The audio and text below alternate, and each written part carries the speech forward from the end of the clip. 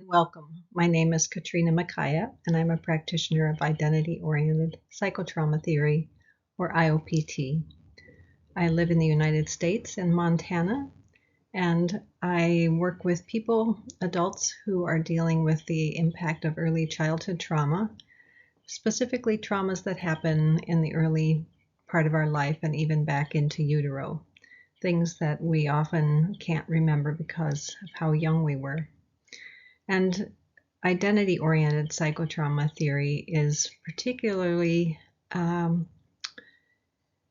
specific to the trauma that happens to our identity, our psyche, that impacts our ability to be who we are, to feel clear in our own wants and needs, and able to express ourselves in an authentic way. In my personal experience, I have found that my religious upbringing had a big impact on my sense of identity, particularly on my feeling of self-worth, my confidence, my feeling of whether I'm enough or not, whether I'm valuable or not. These are issues that have followed me throughout my life and have resulted in behaviors such as self-criticism, making myself small, being afraid to step out for fear that I might do something I shouldn't do. And this is all early programming that comes from the belief system that I was raised in. I was raised with conservative evangelical Christianity, a version of Christianity that believed that the Bible was the inerrant word of God and that what's stated in the Bible is literal truth. So, for example, that there truly was an Adam and an Eve who ate an apple in the garden, and that resulted in original sin, the idea that all of us are born with a nature inclined towards evil and are in need of salvation from outside of ourselves. So just keep in mind as I'm going through this presentation that I'm not speaking about all religions and even not about all Christianity, because I do know people who were raised in Christian churches that had a more positive view of human nature, that weren't nearly as traumatizing as my background. So I'm only speaking of my perspective, and having worked with some other people who grew up in either conservative Christian churches or conservative Catholic churches, I can say that my experiences aren't unique. There are other people, many other people that have experienced the same kind of challenges regarding their ability to be who they are and feel confident and positive about their worth and their value to the world. So in this video, I'm particularly interested in this question. From an IoPT perspective, what is the potential for early religious indoctrination to be traumatizing? As we continue, keep in mind that this is just an invitation for contemplation. I realize that each of us has a unique experience. This isn't a black and white topic, but I think it's a fundamentally important topic. And that's because religion, whether we grew up with it in our own family systems, or whether maybe our ancestors were involved in religious communities, or whether it's not even in our family tree as far as we can see, but rather in the culture around us, I think the way that religion views human nature impacts society as a whole. It impacts the kinds of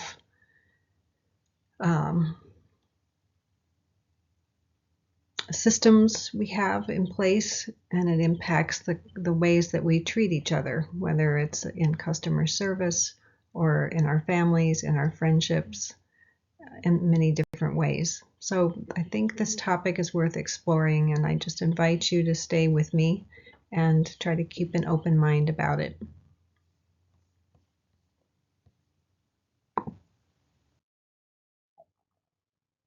So IoPT assumes that we are innately innocent and whole. in the very beginning, there's absolutely nothing wrong with us. We are, of course, not evil or bad or wrong in any way.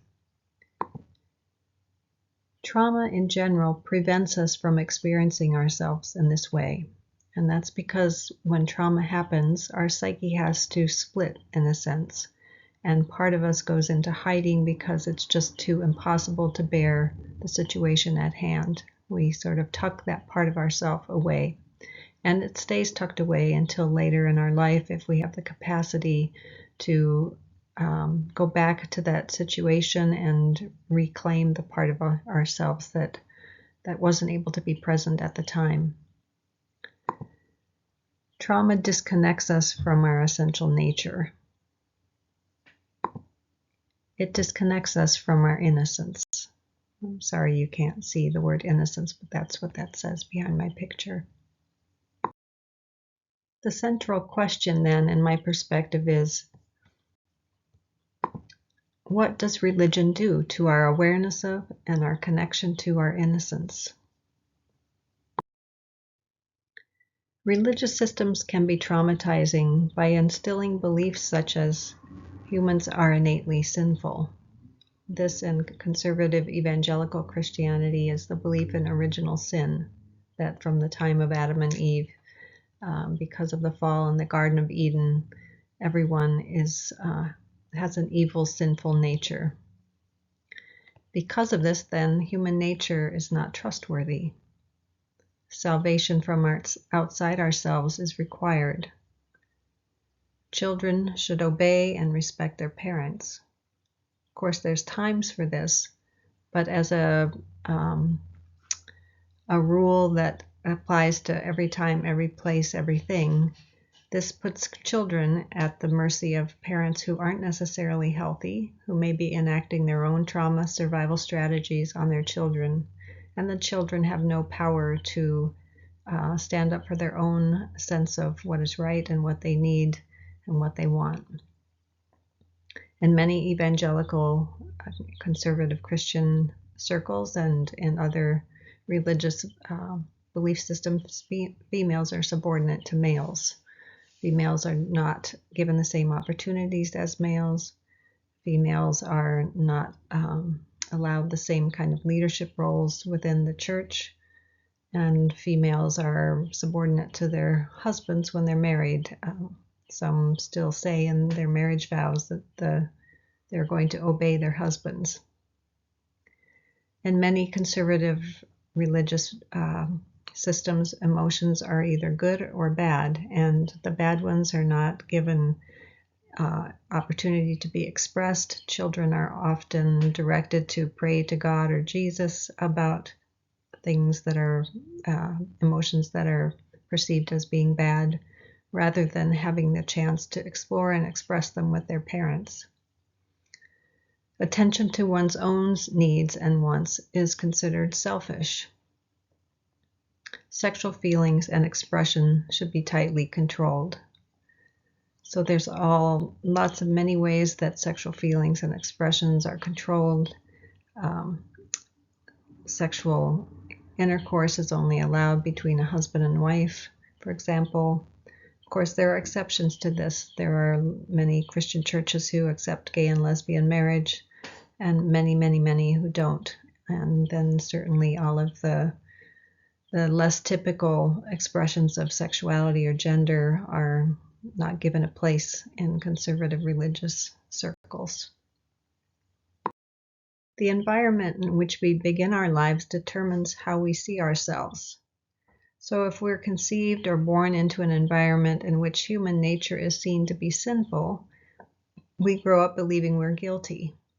It's just like a seed planted in soil that has toxins in it. The plant will grow up taking in those toxins into its cells, into its leaves, its stems, its flowers. And it's not able to be the healthy plant that it would be if it didn't have the toxins in the soil. So guilt, in a sense, is a toxin then that grows up into us, becomes part of our sense of self, even without our being aware of it in many cases. The support to know and love ourselves as innocent, the early attribution of guilt will become a largely unconscious cycle of self-harm within and a never-ending search for redemption from outside of ourselves. So this becomes a situation in which we start perpetrating ourselves because of this largely unconscious, sometimes conscious belief that we're guilty, that in a way we deserve punishment, whether from ourselves or other people. And we look for value from outside of ourselves to counteract this internal guilt.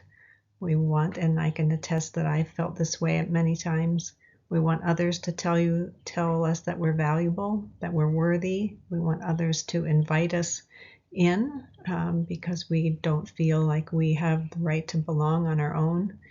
We want others to reflect back to us that we're a good person. And when we're dependent on that from outside of ourselves, we're not standing on our own feet, in a sense. We're not standing in a healthy identity. These are some of the ways that we can turn guilt on ourselves, that we can become a perpetrator to ourselves. Self-depreciating thoughts, such as I'll never be good enough, I'm not worthy, why would anyone like me, I've probably done something wrong, I don't have anything valuable to contribute. When these thoughts go on in our psyches, conscious or unconscious, they take a toll on us, and I would say they even affect our physical body. Keeping oneself small, self-hatred, shame about who we are, denial of our self-expression, physical self-harm. For example, I was anorexic and since that time have been very critical about my own body. There are people who deprive themselves of care by eating the wrong things, by not exercising, by, of course, using drugs or alcohol. A lot of these behaviors come from a sense of inner guilt that we're trying to alleviate in some way. And then finally, prioritizing others over oneself. This is not a list that's complete in and of itself. It's just some of the ways that I'm aware of that we can turn this feeling of guilt on ourselves and become a perpetrator to ourselves. So the next two slides are going to have some questions that I just invite you to ponder for yourself, just to explore this topic a bit more of what your relationship to religion is, whether it was in your own life or perhaps in your parents and came through in their style of parenting. What did or does religion tell me about who I am? Who I am not? Who or how I should be? Who or how I should not be? And who I am allowed to be? You might just want to jot those down if you want to think about these later.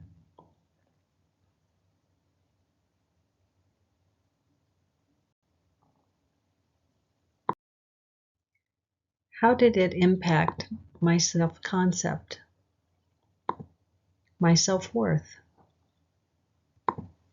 my ability to express myself, my relationship to my body, my sexuality, my relationship to others?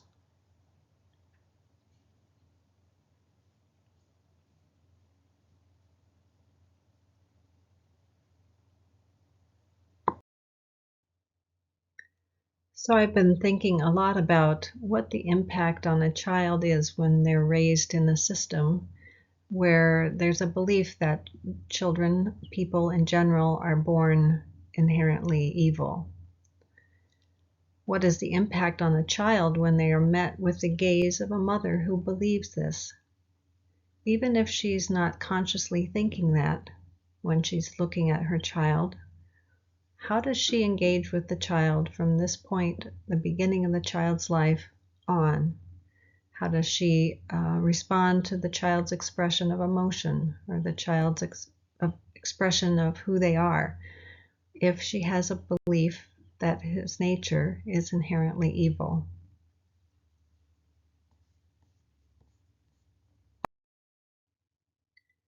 So this image to me is a representation of our innocence. Just a clear sense of being without any attributions, characteristics, or anything put on this child's nature. And what happens when we start impressing that child with beliefs from our own belief system or the system that's around us? Beliefs such as you are not whole, you are not innocent, you are not enough, your body is dirty, your sexuality is not pure, your instincts are not trustworthy, your nature is inclined toward evil. You don't know what you want. It is selfish to want for yourself. You are unworthy. You need to be saved.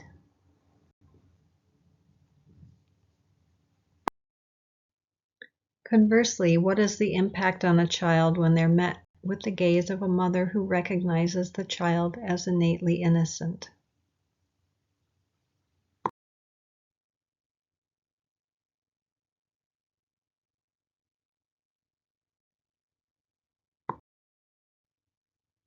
I'd like to end with this slide. To me, this is about reparenting ourselves, taking care of ourselves, doing our own healing. That when we recognize we've grown up in a system that has infused us with guilt, to where guilt has become part of our sense of self and our expectation that we deserve punishment somehow in the world, that we're not enough, that we're not worthy, that we can take ourselves out of that environment of guilt and replant ourselves gradually over time in a world where our view of ourself is that we are innocent. And I think this is not something that we can do overnight or in a day or a week or 1 or 2 sessions with somebody.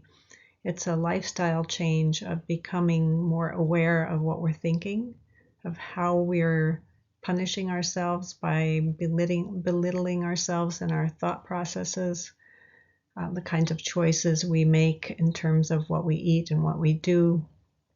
But I think IoPT is one way that for me has been so helpful in understanding where those patterns of just not thriving, feeling small, feeling less than, where they come from, and going back to that young child, feeling the pain of having had those imprints of guilt put on me and all the behaviors that came because of that, the behaviors of my parents towards me, of punishing me, not seeing me for who I was,